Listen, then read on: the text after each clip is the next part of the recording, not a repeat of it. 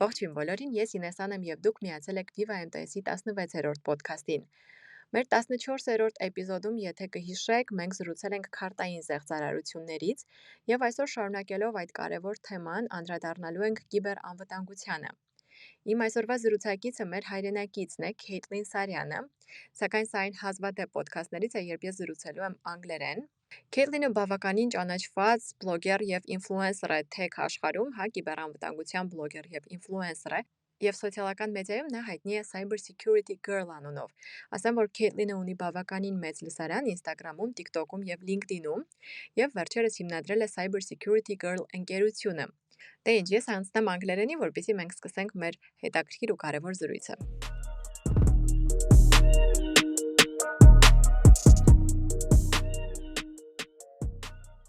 Hi, Caitlin. Thank you very much for accepting the invitation. I'm very glad to host you today, and welcome to Viva-MTS podcasts. Yes, thank you so much for having me. I've been really excited to do this with you guys. Caitlin, can you please share some insights into your journey and how you became a prominent figure in the cybersecurity field? Like, what inspired you to start your online presence as a cybersecurity girl? Yeah, I'd love to share because my story is a little bit different. Most cybersecurity professionals do not like to use social media or anything. They like to have basically no data on them, no digital footprint is what we like to call it. But when I was starting my cybersecurity journey, I started about 10 years ago, and this is before, there was any really popular social media. And I didn't really have anyone to look up to. I had no idea what cybersecurity was all about. I kind of just took a random leap of faith and ended up loving it. But when it came time to create a TikTok account, which all of my friends had a TikTok, but I couldn't do it yet because they were still based in China at the time. And I was really weary as a cybersecurity professional of downloading an app that was based in China. And so I waited until they made plans to move all of their data to be hosted in the US. And once they did that, I felt very comfortable to start my TikTok. But the decision then was, what do I need to do? I didn't want to just have a TikTok to make funny videos. I wanted to create a TikTok that impacted the most amount of people and could inspire people and teach people. And so I really was debating on what I was going to do. And I realized that cybersecurity is such a interesting topic that no one ever talks about. And I really wanted to start focusing on that because it's a very misunderstood area. And for me personally, I always got a lot of questions on how I got in and, if I could code. And a lot of people wanted to try cybersecurity, but they just didn't even know where to start. And they also felt like, they didn't know how to code or they didn't know what it even was. And so that's kind of how my cybersecurity online presence began, is just trying to inspire more people to get into that field, but also just teach people how to be safe online. We're given technology at such a young age and no one's ever taught us how to properly use it. And so that's kind of what made my channels explode. And I just love being kind of that beacon of light to help people and answer people's questions on how to be safe online and, how to get into that field. Your story, in fact, is very, very inspiring. I found a video on your Instagram where you basically tell how it all started. So you graduated, you had your bachelor's in aerospace, mechanical engineering, and then your master's degree. Then you started as a cybersecurity consultant. You moved to London to work in EY, and then you're again back to LA. And you got a job offer from TikTok, right? And you started to be the global kind of lead of cybersecurity advocacy at TikTok. This is truly, truly inspiring. And then at the end, you decided that you basically want to leave and start your own business. Yeah. So I always say that, like, if you find your passions, you might not know where you're going to go, but they'll lead you to the right spot. And I really feel like that's so true and evident in this. Like, even like you said, I didn't even have any cybersecurity background whatsoever. I did aerospace mechanical engineering. I was learning everything on the job when they asked me to do it. And I've been taken so many places and I really enjoyed it. But after starting my TikTok, ironically, TikTok reached out to me to help lead their cybersecurity advocacy team, which basically meant that I was helping, train employees and then train users on how to be safe. I realized when I was there was a few reasons why I left, but I really wanted to, I felt like there were a lot more people I wanted to reach and I couldn't reach them being in corporate. And so I wanted to build my own business. Again, there's so many directions I can take it, but really the business is to educate people on how to get into cybersecurity and educate the general public on how to be safe. So there's a lot going on. I just hired, 10 volunteers to help with building this business. And I think for me, the one piece of advice I have is, again, find your passions, and also your passions change, right? Like I specialized in data protection and privacy when I first started my cyber journey. And so I continue to move on and move forward. And honestly, now like my advocacy and training ends up being more, marketing, and it kind of leads you anywhere. But my passion is to help people.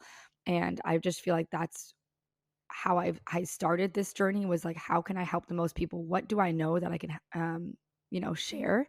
And how can that impact the most people? And then that's kind of been my, founding directions on making sure that I'm going in the right direction for my business. So yeah, it's a scary leap. It's definitely hard to leave a salary job, but I just knew, you know, I'm a believer, so I felt like God was really calling me to build my own thing, and then bring people along that journey with me and help as many people as possible. So it's scary, but if you have a passion, and stick with it and kind of keep going and see where it takes you. Can you please share some maybe tips or insights from your personal experience? What can a person do to get into the cybersecurity without a degree or even a coding experience? Yeah, I love that question. So cybersecurity right now is a very interesting field, and I've been talking about this a lot with CEOs and stuff. But a lot of people believe that one, you need coding or you need some tech experience, and there's so many areas of cybersecurity that don't actually require any of that.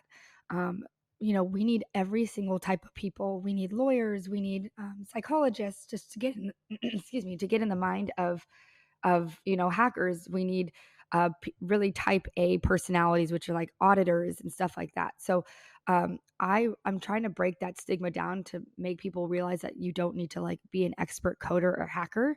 What you do need to understand before you get in is that there are a lot of different areas of cybersecurity. And so the first thing you need to do is figure out what area best suits you. Now, I will give you a little teaser. I'm actually coming up with kind of a fun questionnaire that people will be able to take that'll lead them to kind of an area that might be the best for them. But once you figure out that cybersecurity area, there's so many free online trainings that you can do, whether on Coursera or Udemy or Google or LinkedIn Learning. Um, I would take courses in that specific area. What's happening right now is there are a lot of people that don't know where to start, and they're taking these very, very general cybersecurity courses that really aren't going to get them where they need to go to get it in order to get a job. And there's also a lot of training programs out there that I don't like to say taking advantage of, but they're kind of taking advantage of people that don't know what to do if they want to get into cyber. What you really need to do is figure out the area you want to get into. And I have a free 1 hour intro course on my page that you can watch and kind of figure out what area you want, and then start finding trainings appropriate to that area. I like to say cybersecurity is like saying, sciences. There's so many different types of sciences, just like there's so many different areas of cybersecurity. So if you're just taking like a general science course, that's not going to get you a job in like astrophysics, for example. You're going to really need to understand the different areas of cybersecurity and then specialize in that area. Take a lot of trainings, maybe a certification. Try to get real world experience. I know it's really hard to get, but I would do some volunteer opportunities and then get that on your resume and start applying to jobs. That's the best bet you can do to get into cybersecurity. Yeah, this is indeed very, very helpful and useful. So currently you have more than 2 million views on TikTok. This means you have so many videos and such a huge audience. I definitely am sure you have a lot of insights. So can you please share what are the most common online security challenges that users face on the social media platforms? And what advice in general would you like to give them? Yeah, so I get a lot of questions. The questions I get asked the most are usually either people that have been, hacked and their information's out there, or someone's logged into their account, um, or people just want to delete some of the data that the internet has on them, or just again general security tips on like what to do when they're signing up for certain accounts. So I'll try to walk through a few examples. In general, I think the best, we call it rule of thumb, is to not share, or to share the least amount of data on you as possible. For example, if you are shopping online and it's making you create an account, but you know you're not going to really use that account again, there's a lot of websites that offer temporary email services, so you don't have to give your real email. There's also, specific softwares. I use a software called, or app called Cloaked, or Google Voice, where you can actually generate phone numbers. And these phone numbers get forwarded to your phone, but they're not your real number. I use that a lot of times when I don't want to give my real phone number out to people, because what people don't realize is that you can get a lot of information from your phone number. Also, when creating accounts, this is super, super important. Make sure you have strong passwords. What people don't realize is that once an account is hacked, like any if let's say, for example, you use Facebook and Facebook was hacked, that username and password is now leaked on the black market. And then what hackers do is they reuse that username and password across a lot of different accounts to see how they can get in and where they can get in. So it's really, really important to change your password for every single account. And I know people get really scared because it's hard to remember, but I would use a password manager. So for me, I use 1Password, but there's a lot of really great password manager companies out there. But in general, a lot of people are just scared that they're going to get hacked, or they're already hacked and they don't know what to do. And then they also just don't know what data the internet has on them. So in the US, we have this thing called data brokers, and it's basically large companies that collect data on you and create profiles about you, and then they sell those profiles to marketing companies so you can get marketed correctly. I'm not sure what it is in Armenia, to be honest. I tried to do some research, but I couldn't really find that much. But there are a lot of data privacy laws around the world, that really allow you to have control over your data. So, again, I'm not sure if this is relevant in Armenia, but in Europe and in the US, there's laws where, as a consumer, I have the option and the ability to request the data that companies have on me, and I also have the ability to tell them to delete it. So that's what I kind of teach, the people that follow me. I wish I could be more specific to Armenia, but I couldn't. I couldn't really find that much about you guys, and like the data brokers. But yeah, just making sure that the data that people have on you is, not getting shared, and you're being as safe as possible. So try to limit the amount of data you have. Any necessary extra precautions, like we say multi-factor authentication, that means that you're signing in with two ways of verification, i.e., you're putting a password and it's texting you, or a password and a phone call. That really helps secure your accounts as well. In Armenia, yeah, this is also a very, very big issue, especially that lots of people, we have like a lack of financial literacy. These all are very, very helpful and relevant to Armenia as well. You talked about the online shopping experience. This is one of the most vulnerable areas. Let's talk about safe online shopping, especially that the Black Friday is approaching and lots of people are gonna, become victims of attackers. How we can basically secure ourselves, how we can do more like safer online shopping. Yeah, that's a really good question, especially, yeah, like you said, the holidays are coming up. So the one thing there's a few things you want to do. The first is, when you're online shopping, you want to make sure that the website is legitimate. A lot of times there's some websites that are spun up or created, and they're fake or fraudulent. So the first thing I would do, if it looks too good to be true, like you're getting a really pretty dress for very, very cheap, I would make sure that it's a safe website. I know that there's if you probably Google in Armenia, like website scam, there's probably a detector or a website that you can go to plug in that URL and make sure that it's a good URL. Like, it'll tell you how old it is, when it was last used, how many people go to that website. And I would just definitely check. I know in the US we have like website scam detectors where you literally just pull the URL in and it will tell you if it looks suspicious or not. The next thing I would do is I would try not to create any accounts, especially if you don't use that website that often. I would just continue as a guest and check out as a guest. And then also, if you do have to create an account, try to either, have one email that's kind of an email that you use for online shopping so it doesn't get mixed in with your banking emails or any other like secure logins. And I would use that email for all your online shopping. The next thing is I would not save your credit card information to that website, because the more people that have your credit card information, the more likely it is to be involved in fraud or scams. And then the next thing is also, if that website does have multi-factor authentication to log in, I would turn that on, and I would make sure that you're using a strong password if you're creating an account. Again, different from any of your other passwords.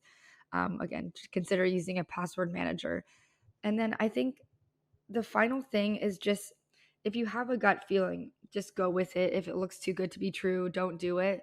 I try to not ever create accounts for online shopping, and because I just don't, I'm trying to limit my digital footprint, and I'll kind of explain what that is. Anytime you create an account, you upload anything, you're on the internet, your specific digital footprint to you and to your IP address gets bigger. So I just try to limit that as much as possible. I will shop on incognito mode, on Google incognito mode, just to be safe. But I would just try to, limit the data that they have on you as much as possible. Let's talk a little bit about the spam messages, spam emails, and like the phishing attacks. What are the key differences like between a spam message and a phishing attack? And basically, how can users, like ordinary users like me, identify phishing attempts in their email inboxes? Yeah, so that's a great question. And I think phishing has been very, very big recently. So phishing is basically spam emails. It looks like a real email. Let's say, for example, from a bank. It'll say your name. It literally looks like it's, a legitimate email. There are some telltale signs that you can look for to see if it's phishing. The first is that the email that it's coming from might be a little off. So it might have like amazon.warehouse.com, and it won't obviously be at amazon.com. The other thing is, don't let the emails fool you, because sometimes hackers have the ability to mask their real email.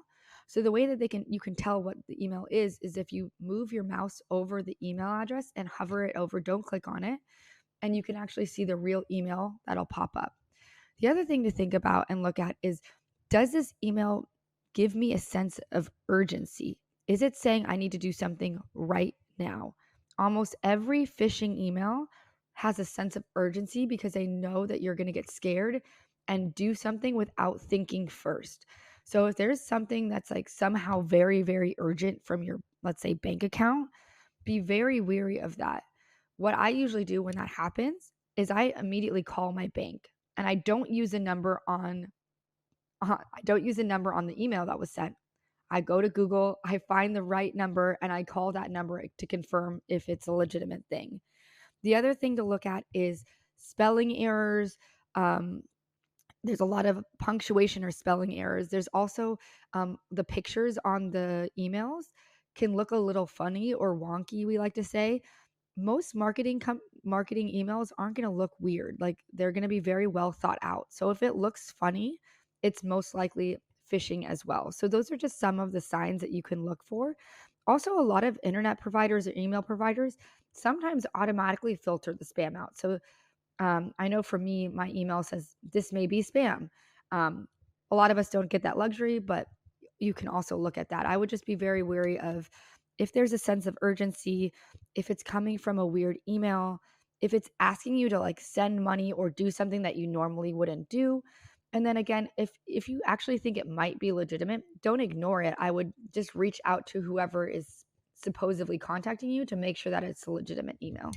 Caitlin, can you share some, I don't know, maybe real world examples of phishing attacks and their consequences? It can be either on a personal or an organizational level, just, to illustrate the importance of the awareness and prevention. Yeah. So what happens a lot of times is almost, I would say, a decent amount of company like global data breaches are actually caused by phishing issues or phishing emails. Um, for example, well, I don't have a specific example for phishing, but I do have a specific example for social engineering. But I'm going to go through phishing really quickly and then I'll go through social engineering. So for phishing emails, what a lot of times people do is we like to call them spear phishing. So there's actually multiple types of phishing. There's spear phishing, which is when hackers specifically target, um, people at a company to get their credentials and log into that company. And there's also called phishing called whaling, which is like it's like the big fish. So whaling is used when hackers are trying to get the credentials of a CEO or someone very large or like at the head of a company, because once you have those credentials, you can pretty much get into anything in that company. So a lot of times companies are specifically targeted, company employees are specifically targeted for phishing emails because hackers or other bad actors are trying to get into that company's database. They're trying to get in information. They're trying to, cause a data breach. And so I don't actually have specific examples right now off the top of my head for phishing in general, but this happens a lot. And we can see, and overall, this is called social engineering. A lot of times people think that when companies get hacked, it's because there's some bad actor sitting on the other side of the world with a black hoodie and a computer. And honestly, that's really not the case. What usually happens is people are just trying to trick employees to give data so they can log in. It's very simple actually. So with the MGM data breach that happened like about a month and a half ago, where they lost millions, honestly, it might have lost billions of dollars at this point. MGM was shut down, all their hotels were shut down. It was because a hacker actually um, was able to get information from an employee that was an admin at the MGM studios, and he got this information through social engineering, looking at LinkedIn posts, etc., and then called in the help desk for MGM and pretended to be that employee to get more information and to reset the password. And so it's not just phishing. Phishing is a major part, and phishing has been around for a really long time, and it is very easy for hackers to spin up phishing emails. Um, but it's just overall all social engineering. And again, there's so many different types of phishing now. Like I said, there's spear phishing and there's whaling. So spear phishing is usually like if you're targeting a specific group in the company, and whaling is when you're targeting like like one specific person and you're doing a lot of research on one specific person. And then there's also vishing, which is voice calls. So if you ever get a phone call that's, sounds fraudulent and they're asking you to do something, or smishing, which is text messages. And I think we've all gotten, spam phone calls and spam text messages, but it's stuff like that it continues to get, larger and larger of a presence, which is just overall social engineering, and make sure that you do your due diligence before you start giving out any information. So, Caitlin, you're doing a great job raising awareness about the cybersecurity to help organizations and individuals to improve basically their cybersecurity posture and be in the game, right?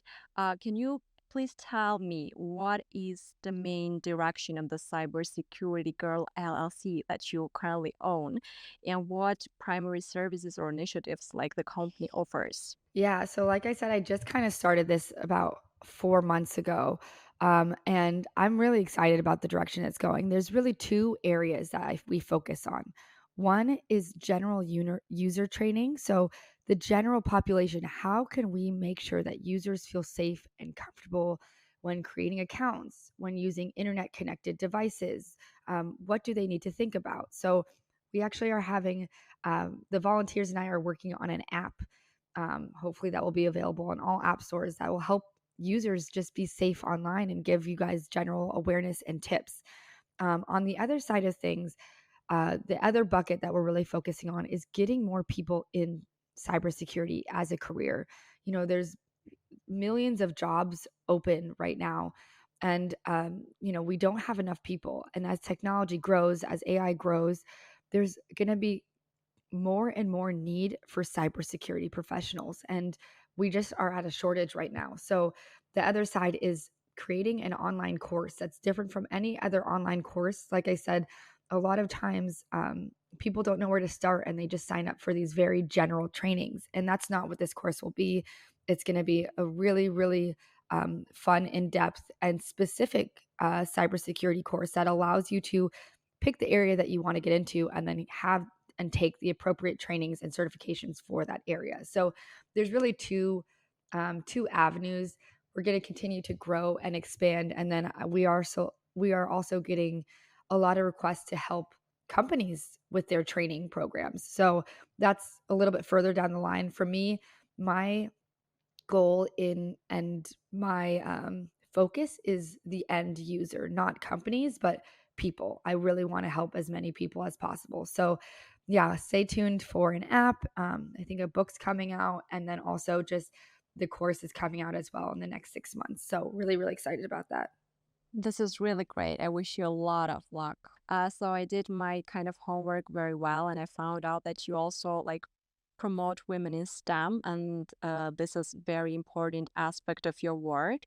Can you please share what strategies do you recommend for increasing female representation in the cybersecurity and technology industries? Because this is also kind of a very serious issue or thing, whether women should be in these areas, in these industries or not. So it's very important for us as women to know. Yeah. Yeah. No, that's a great question. And it's something that I've been doing a lot of research on. So, for me, like I said, I never saw anyone, I didn't know what cybersecurity was. I had never really seen anyone in cybersecurity, any woman in cybersecurity. There was actually one lady, Danielle, she was my mentor from day one. She was the one that asked me if I wanted to be in cyber when I had no idea what cybersecurity was. But one way I'm trying to get more women in STEM is just breaking down that stigma, breaking down that stereotype of like what is required to be in STEM, right? What is required to be in cybersecurity? Because we actually do need a lot of women in cyber, especially women that can help us understand like the mind of hackers and like understand the psychology. There's a lot of amazing women lawyers. There's just a lot of amazing women hackers. Like women can honestly do anything. But what happens is as women from a young age, we really get put in this box where we don't feel like that's where we're supposed to be, even though that's where we want to be. For example, for me, I was always really good at math and science, always. And my parents really wanted me to be an engineer. And I actually didn't want to be an engineer because I had no idea what that even meant. I didn't know what that looked like. In my head, I thought it was like an old man mechanic that, built cars. Like I didn't know what that meant. And so the first thing is educating women on all the possibilities and job possibilities of getting into STEM and showing them how they can fit in. The next thing is a lot of research has been done where we actually now are getting a lot of women in the tech fields, but they don't actually see someone that they can like look up to further down their career. So they get discouraged and they move on, or they just become parents, which is awesome, mothers, and they just don't see how they can manage family life and a demanding STEM career. And that's something I also want to work on because it's still something that's going to be, yeah, it's going to be needing a lot of work for companies for a really long time. Like for example, like I want to make sure that companies are, giving mothers enough time off and are understanding of mothers when they're working. And again, it's a learning curve, but that's another thing that it's really, really hard for women to stay in STEM careers because it is pretty demanding of a job. So what I'm trying to do also is teach the women how to set boundaries in the field. And then the last thing is mentorship. I think mentorship is severely underrated. And actually, that's another thing that our company is working on is creating a mentorship program. Because for me, I wouldn't be here without the mentors. So like I said, I had Danielle, who was one that got me in. And I have one of my best friends and mentors, Anne, and my friend Kay, and like I wouldn't be able to do anything really without them in my life. And so having a mentor that you can, walk through any problems with, any issues, is a really, really important thing. So there's really like three areas. One is to show women that they can get into this field. The second is to make sure that they feel like they can have a life and a family while at work, and then also be able to see someone doing that exact thing. Like, so for example, for me, when I first started my cybersecurity career, I was very discouraged because I didn't see any women with a family at the top of the corporate ladder. And I was like, well, if I ever want to have a family, I don't think I could work because I don't see any mother like that's, the head of the company. And so I want to start showing examples of that to other women so they don't get discouraged. And then the last thing is mentorship.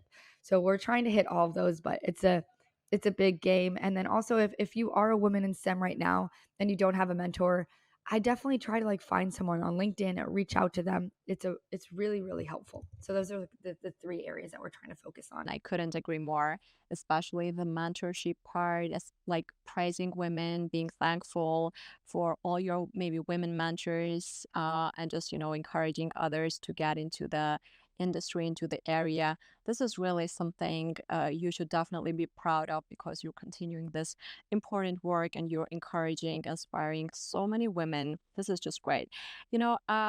Basically, we are done with all the questions that I had for you related to the cybersecurity, related to your business, your career. And I do have some personal question to you, because when I saw your Instagram and I said, oh, she's Armenian, I felt so happy. I felt so excited, and your story interested me a lot. So you just told me before our conversation, before our podcast, that both your parents are Armenians. I would really love to hear more about that. And maybe we can talk more about your Armenian roots, because this is very inspiring and exciting. Yeah, and I absolutely love talking about this because I'm honestly so proud of them, and I've been so proud of them ever since I was honestly probably starting in high school. I was a you know, I didn't really understand how important my roots were. My family is my entire world. So I did understand that, but like I said to you earlier, like my parents are born in America, so it wasn't really like tied to our Armenian culture. And I first visited Armenia when I was, I think, like 13 or 14, and that's when I really started being so proud of the country that I came from, and like and my ancestors, honestly, and my grandparents and my great grandparents. My great grandpa was um, actually a pastor, and then escaped the genocide with his wife, and that's how my grandpa came over to the U.S. And so I'm still so honored to be Armenian, and actually it's been on my vision board for a really long time to create a STEM scholarship for Armenian women specifically. And I actually totally forgot about that until about a week ago, when I found old voice memos of myself saying, my visions and goals for the next 5 years. And that was one of them. And I was like, wow, I'm like actually achieving this. So I think the Armenian culture is the most beautiful culture. We value family, we value friendships.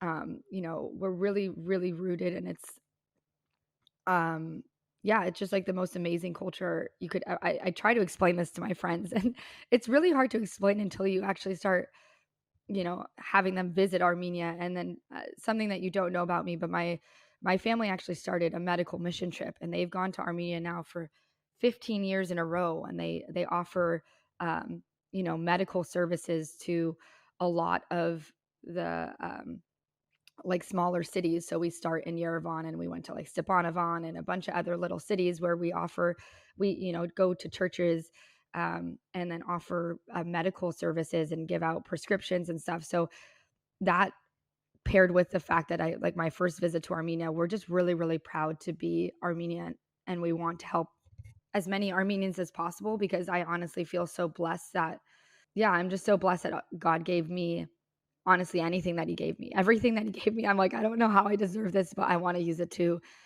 the best of my ability. And I really, being Armenian is a huge part of my identity, and I'm very, very proud of it. I'm actually trying to learn Armenian because actually neither of my parents speak it, unfortunately. Only my grandparents speak it. So I've been taking Armenian lessons, but I'm not very good. So I would try to speak it, but I'm not very good at it. And maybe next time if I come back on, I'll speak Armenian with you. But I'm just very proud of this culture, and I think everyone in Armenia should be extremely proud of who they are and where they've come from, because our ancestors are, amazing. Okay, Lena, I got goosebumps. Honestly, I don't know, this was very, very inspiring and emotional. Yeah, I don't know, it's a different feeling. Thank you very much for all those words. You had that vision to provide the scholarships for Armenian women who are going to specialize in STEM. I don't know, it's not that I hope, but I am sure, I'm confident you're going to do that. And I will just see it and I will celebrate it for sure, because this is amazing, you know? I think we just couldn't have a better ending for the podcast. You made me very emotional. So thank you. Thank you very much for your time. Thank you very much for your efforts. Thank you very much for your knowledge, your skills. You're just raising awareness because you want to do that. You became a tech influencer not because you wanted to become that, but you wanted to raise awareness and help many people. And inspiring women is also such a great thing. You just continue doing that. And good luck with the cybersecurity girl, the company. I just want to say to everyone in Armenia that like we all the Armenians around the world very much appreciate you. We know that it's a hard place to be right now, but stay strong, and we're trying to support as best we can. I'm going to try to go back over there in the summer, but yeah, I'm just so proud to be Armenian, and I will have that scholarship soon. So I will keep you guys posted. And thank you so much for having me on the show. I really appreciate it. Thank you very much, and good luck to you.